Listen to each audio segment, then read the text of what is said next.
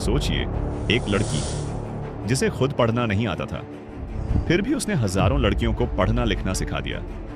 पहली बार किसी बेटी के हाथ में किताब थी और जवाब में उसी समाज ने उस पर पत्थर फेंक दिए।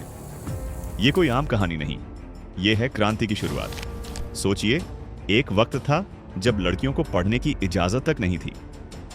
समाज में यह मान्यता थी कि लड़कियां किताबें और स्कूल सिर्फ सपने में देख सकती हैं। लेकिन इसी दौर में एक लड़की ने न सिर्फ खुद को बदला, बल्कि हजारों लड़कियों के लिए रास्ता भी खोला। एक ऐसी लड़की जिसे खुद पढ़ना भी नहीं आता था, लेकिन उसने हजारों लड़कियों को लिखना सिखा दिया। जिसने पहली बार बेटी के हाथ में किताब दी और समाज ने उस पर पत्थर फेंक दिए। सोचिए, उस दौर में हिम्मत कितनी बड़ी रही होगी। एक ऐसी वीरांगना जिसे भारत की पहली महिला टीचर के तौर पर याद किया जाता है, जिसका नाम इतिहास के पन्नों में छोटी जगह पा सका, मगर वो नाम दिलों में हमेशा जिंदा रहना चाहिए। सावित्रीबाई फुले एक नाम नहीं, एक क्रांति थी। चलो शुरू करते हैं उनकी कहानी, महाराष्ट्र के एक छोटे से गांव से। ये बात है 1851 की। उस वक्त महिलाओं की दुनिया सिर्फ रसोई और घर तक ही सीमित थी। अपनी मर्जी से सांस लेना भी जैसे गुनाह था। बाहर की दुनिया पर तो अधिकार सोचने का भी नहीं था। उस दौर में ना पढ़ाई की इजाजत थी, न खुल के जीने की। इसी माहौल में 3 जनवरी 1851 को नायगांव गांव में एक बच्ची पैदा होती है। नाम दिया जाता है सावित्री। एक दलित बहुजन परिवार में जन्मी।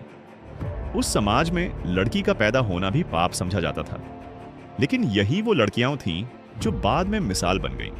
अब सोचिए, 9 साल की उम्र, जब आज के बच्चे खिलौनों से खेल रहे होते हैं, तभी उनकी शादी कर दी जाती है। पति थे ज्योतिराव फुले।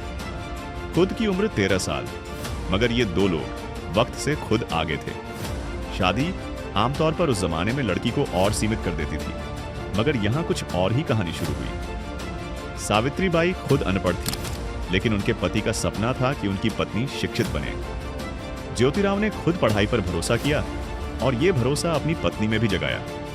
वे खुद सावित्रीबाई को पढ़ना लिखना सिखाते। कहना गलत नहीं होगा, घर से ही क्रांति शुरू हुई। जो बात मुझे हैरान करती है वो ये, सावित्रीबाई ने कभी हार नहीं मानी। दिन भर खेती में हाथ बटाती, रात को अक्षर गिनती, शब्द ऐसे चुपचाप सीखती जैसे कोई सपना पल रही हो। समाज देखता रहता, औरत क्या सीख ले रही है। वक्त के साथ साथ विरोध भी बढ़ता गया, लेकिन सावित्रीबाई के लिए पढ़ाई सपना नहीं, अधिकार थी। वो जान चुकी थी, अगर एक औरत किताब उठाएगी तो उसकी पीढ़ियां बदल जाएंगी। अब आते हैं उस मोड़ पर जब उन्होंने भारत का पहला लड़कियों का स्कूल खोला, पुणे के भिडेवाड़ा में, सन 1844 में। सच कहूं, यह सिर्फ स्कूल नहीं था, यह समाज के लिए इशारा था कि बदलाव अब टाला नहीं जा सकता। यह जो विरोध था, लड़कियां पढ़ेंगी तो बिगड़ जाएंगी, सब जगह सुनाई देता था। लोग कहते, पढ़ना लिखना लड़की का काम नहीं। लेकिन सावित्रीबाई रोज स्कूल जाती थी।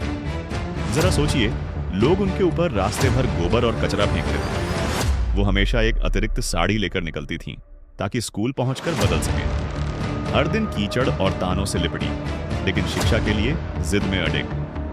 यहां एक बात सोचने लायक है, अगर कोई और होता तो शायद हार मान लेता, लेकिन सावित्रीबाई को पता था, अगर वो रुकी तो बाकी सब रुक जाएगा। समाज ने उन पर आरोप लगाए, ये शूद्रों को पढ़ाती है, धर्म भ्रष्ट कर रही है। जोर जबरदस्ती, जातिवादी तंज, ये सब झेलना पड़ा। लेकिन वो कहती थी, मैं तुम्हारे धर्म से नहीं डरती, तुम्हारे अंधविश्वास से लड़ने आई हूं। उनकी यह बात आज भी उतनी ही सटीक लगती है। अब मैं एक और सच्ची घटना सुनाना चाहता हूं। उस वक्त समाज इतना डरपोक और बेदर्द था कि अगर कोई लड़की बलात्कार का शिकार हो जाती तो माँ बाप ही उसे छिपाने या मार डालने की सोच लेते। एक बार सावित्रीबाई ने एक 13 साल की बच्ची को बचाया, जिसे उसके परिवार ने जलाने की कोशिश की थी।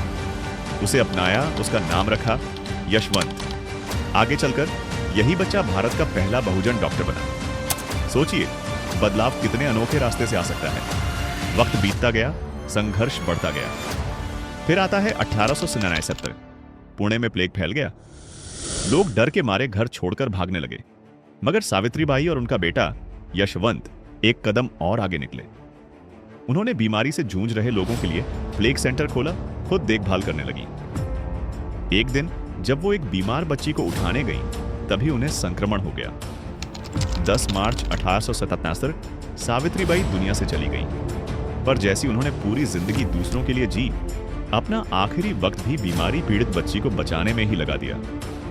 आज जब हम स्कूल जाने की, लड़कियों के खुलेआम पढ़ने की बातें देखते हैं, तो समझिए ये ऐसे ही नहीं मिल गया।